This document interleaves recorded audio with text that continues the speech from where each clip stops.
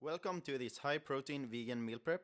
We are going to make some chilis in carne with quinoa. It is going to be 41 grams of protein and 855 calories per portion.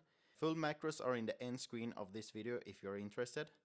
The full recipe is in the description box below on a few different languages. If you're new on this channel, consider subscribing and leave a thumbs up if you like the video. So, for 5 big portions, we are going to use 300 grams of quinoa, 500 grams of mixed dried beans that I have soaked overnight and boiled for 45 minutes to 1 hour. I chose dried because by cooking the beans yourself, you can control the texture, plus it's a lot cheaper. You can of course buy them cooked as well. For some flavor, we are going to use 3 tablespoons tomato puree, 3 tablespoons soy sauce, 2 tablespoons ground cumin, 1 tablespoon chili powder or cayenne pepper if you want it hotter, 3 tablespoons smoked paprika or chipotle powder, and some salt and pepper to taste. For vegetables, we are going to use 4 onions, 4 tomatoes, 1 to 2 chili peppers depending on how hot you want it, 2 carrots, 5 cloves of garlic, and 2 bell peppers, whatever colors you like. Next up is 1600 grams of chopped tomatoes, and for some toppings, we are going to add some limes, tortilla chips, parsley, and finally we're gonna dry roast 100 grams of sunflower seeds. We also need some oil for frying. So we start off with peeling and chopping the onions. Make sure not to chop it too small or it will burn easily. Next up, grate or finely chop the carrots. Chop the chili and keep the seeds in if you want to make it spicier. Chop the bell peppers into cubes. And do the same thing with the tomatoes. Rinse and boil the quinoa according to the instructions on the package.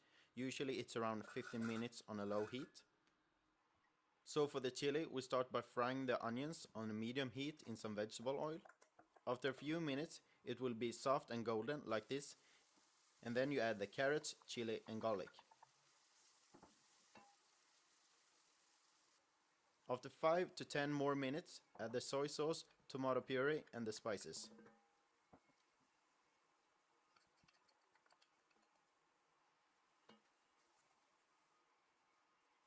Leave that on the stove for a few minutes before you add the chopped tomatoes and the beans. You can also add the bell pepper and tomatoes now, but I like to add it last to keep the texture. Mix it well and now it's going to simmer for a while. The longer you leave it on the stove, the better. I left it for about half an hour, but if you're in a rush, 5 to 10 minutes will do. When the chili is done simmering, add the bell pepper and the tomatoes, and now the chili is done. So the last thing we're gonna do is to roast the sunflower seeds. Shake the pan or stir continuously as they burn easily. When they are golden like this, they are done. So now simply assemble the meal in a container. For me, this would be 5 portions, but you can of course make more or less portions according to your liking. If you're lazy like me, add the roasted sunflower seeds into the same container, but preferably use another container to keep them crispy. I hope you liked this video. If you did, please leave a thumbs up. I release 1 meal prep video each weekend, so make sure to subscribe and hit the notification bell to not miss any of my coming videos.